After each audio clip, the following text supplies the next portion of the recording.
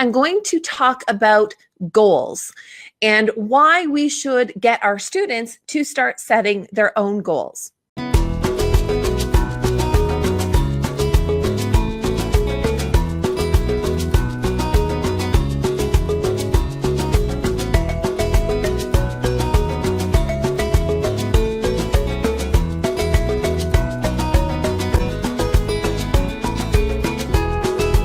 My name is Patty, and I am the teacher blogger behind madlylearning.com, and I come live every single week to talk about inquiry-based learning and how we use it in all areas of our curriculum. For me, moving into term 2, we're just about to hand out report cards, and we're moving into term 2, and I find this is a huge transition for my students.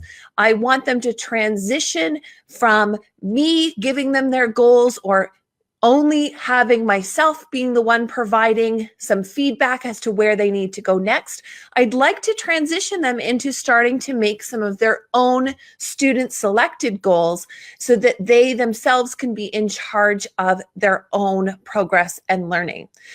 So students will not generally naturally do this on their own. So one of the things that I am going to do in order to help my students start goal setting is to use a goal board in my classroom. So this is my mission this week for myself, is to get a goal board up in my classroom for my students to use. So tonight I wanted to talk to you about what that's going to look like in my classroom, why I'm going to do it, and how it's going to work for my students specifically. So behind me, you're going to see an example of what my goal board is going to look like. Now, in particular, one of the areas that I like to focus on the most with my students is getting them to set goals when it comes to their own writing. In my classroom, they have a lot of choice about what it is that they are writing about.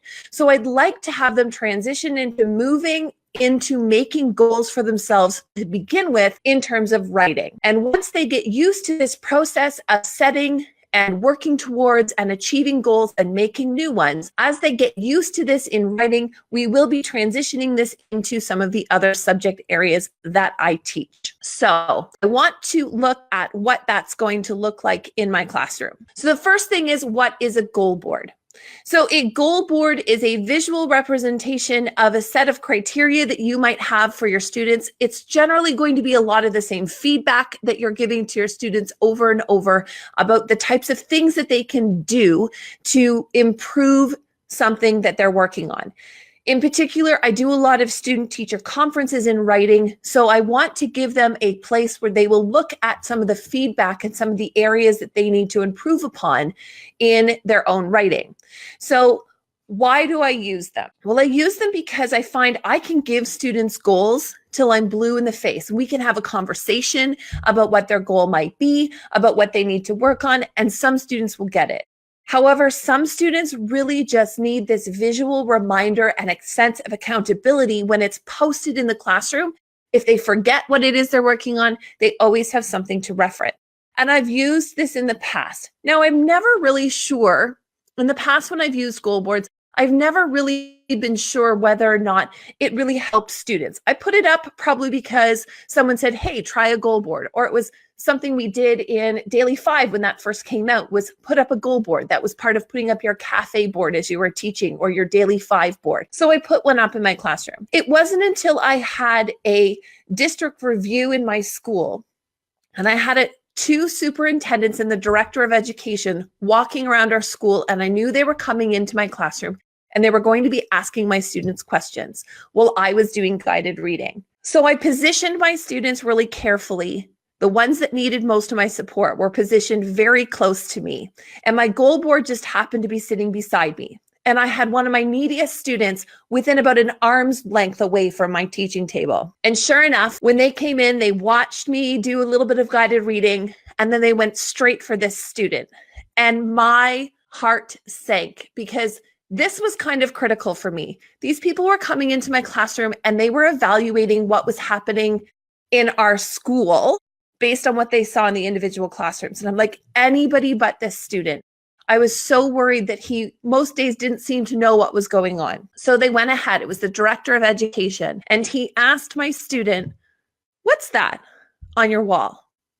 And my heart just was beating. And my student said, "Oh, that's our goal board." I went, "Okay, good. One. He got one. Good. That's looking good so far." There's a purpose to the things on my wall because we were told they were specifically looking at things students knew what they were for, not just things we put up for this review. Then came the next question. How do you use it? And what does it mean to you? And he explained it perfectly. He said, "That's our goal board. It tells us what we need to work on. And we've met with my teacher and we talk about what's the next thing we're going to work on." And for me, I was like, okay, if that helps him and he gets it, and I heard it out of his mouth and he talked to it, and I was so thankful he knew how it was used, but it helped him. And I listened to him explaining to the director of education how this goal board helped him. Now, every year I don't always get it up and get it put up on the board, but this year, term 2, this is the time this goal board's going up. So that's one of the reasons. It really does help those visual learners in your class that need a little bit of a sense of accountability to know where it is that they're going. So how do you use a goal board? So you decide what your set of criteria is. It could be your most common feedback. You can pull it straight from the curriculum. You can pull it from your success criteria. Think about these step-by-step things that your students need to do to get better. What are those things that they came up with when they were designing their Bump It Up board? What do they need to improve upon in that subject area?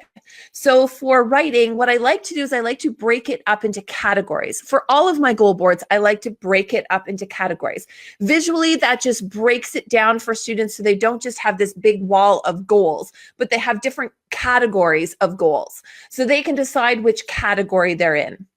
So specifically for writing, you'll see behind me, that way, I have Spark an Idea, which is just about planning and organizing. Then I have Time to Write, which is drafting and following that plan that they came up with. Author style and skills. So specifically, we're looking at vocabulary and narration, action, dialogue, and adding variety of details and descriptions. And then we also have the final one there, which is revising and editing, where they're using the acronym ARMS for revising and CUPS for editing. So I really like having those 4 categories. So a student that's struggling with planning can completely ignore those 3 there and just really focus on this one because they know that the planning is the piece that's getting in their way. For other students, it might be their actual drafting. Maybe they are getting stuck. I know I'm going to have a few here after marking some of their writing assessments last week because I had a few that wrote me great introductions, but they finally got to the problem. And instead of going up that plot mountain, which is what we've been calling it in our classroom, they just kind of fall off the edge and they quickly solve their problem within a paragraph. So we've got great introductions, not so fantastic middles and ends. So we really have to look at that drafting piece for quite a few of my students. And then you've got some other ones where they're refining their skills and looking at their author's skill set at using more vivid vocabulary and looking at a variety of sentence structure, the more technical pieces of their writing, as opposed to just trying to learn the form of writing. They're kind of doing some refinement. And then you have some editing and revising for your students that might have a hard time having logical stories or spelling and grammar and punctuation errors continually in their work. So I like to break it up into chunks so at least lets them sort through it so they're not picking a goal from each section. They're picking one goal from one of those 4 sections. So if you are to make a goal board, what kind of things do you need? Well, you need some board space. And it doesn't have to be a lot. You can shrink it or increase it. You don't even have to have board space. Really, you could always print this out for students and put it in their notebooks so they can reference it during teacher conferences, and they could maybe move a marker or a sticky note inside their notebook based on where their goal is. I prefer to have it on the board just for that piece of I have a little bit of control over where that is, as well as the accountability for students because it's there and they can't possibly lose it. It's kind of in their face. So I do like it posted. I do think it's important that you post it close to your conferencing area. So if you have an area in your classroom where you're continually conferencing, I use my guided reading table a lot. Having a goal board that's close to your guided reading area is important. Now, if you aren't blessed with a classroom full of bulletin boards. That's okay. Trifold boards work just the same. You can grab a trifold board and put a bump it up, or not a bump it up board, a goal board right there on your trifold board, so that you can move it around the room if required, or at least put it away if you need to move classrooms and somebody else maybe uses your space. I also think you need some colored paper because everything looks more fun on colored paper. So these are simply just printed. They're black and white, and they're printed out on colored paper to give it a bit of color. So I think that's important. And you also need a place to be able to put student names. You can grab some sticky notes. And what you can do is around where students might have their goal, you could post which students are working on that goal in particular, and you can have their name next to it so that you can track where those students are. You might want to have a bit more space in between there. You can also, instead of stacking them horizontally, you can also group them into 4. I actually, behind my guided reading table in my classroom, I have 4 smaller bulletin boards. So I will probably put 1 letter on each of those 4 small bulletin boards.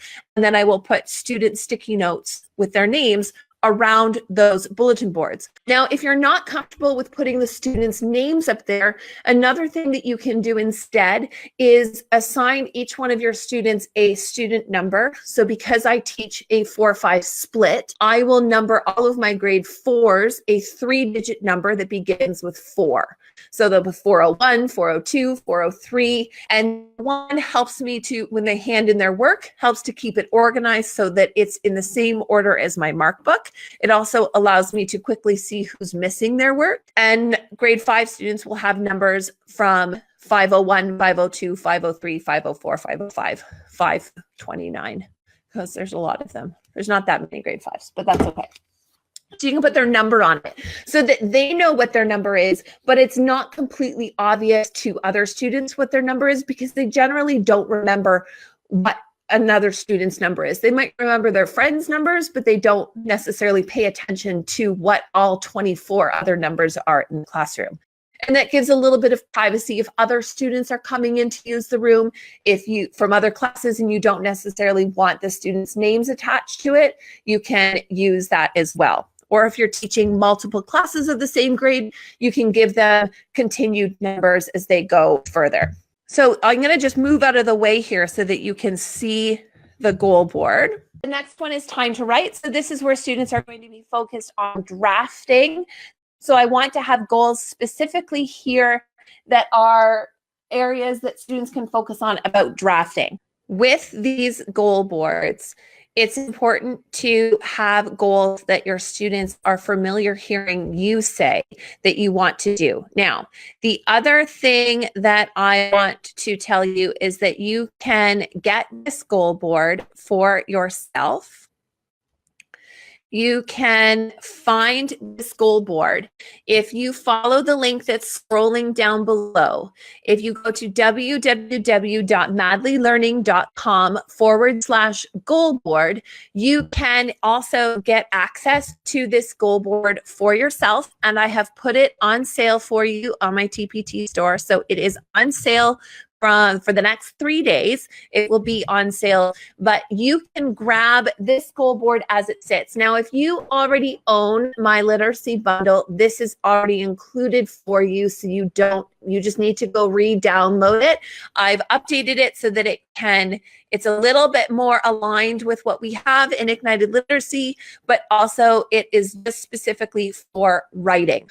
So if you would like to get your hands on this specific goal board that you see behind me, and you'll have to print it out on any colored paper that matches your classroom decor, or if you don't care, white paper or construction paper or whatever you've got, but you can download this goal board if you go to the website that's scrolling down below at www.madlylearning.com/goal board. And that will link you directly to this goal board, which is on sale right now on my TPT store. So thank you so much for joining me. And I will see you not next Monday. Next Monday is a holiday here for Family Day. So I will be spending that time with my family, as I hope you are doing as well. well. But I will see you the following Monday live at 9 o'clock right here on my Facebook page as we talk about more inquiry-based learning strategies and how you can implement these across the curriculum in your classroom to make learning engaging and fun for both you and your students. Thanks so much for joining me, and I will see you in 2 weeks. Bye for now.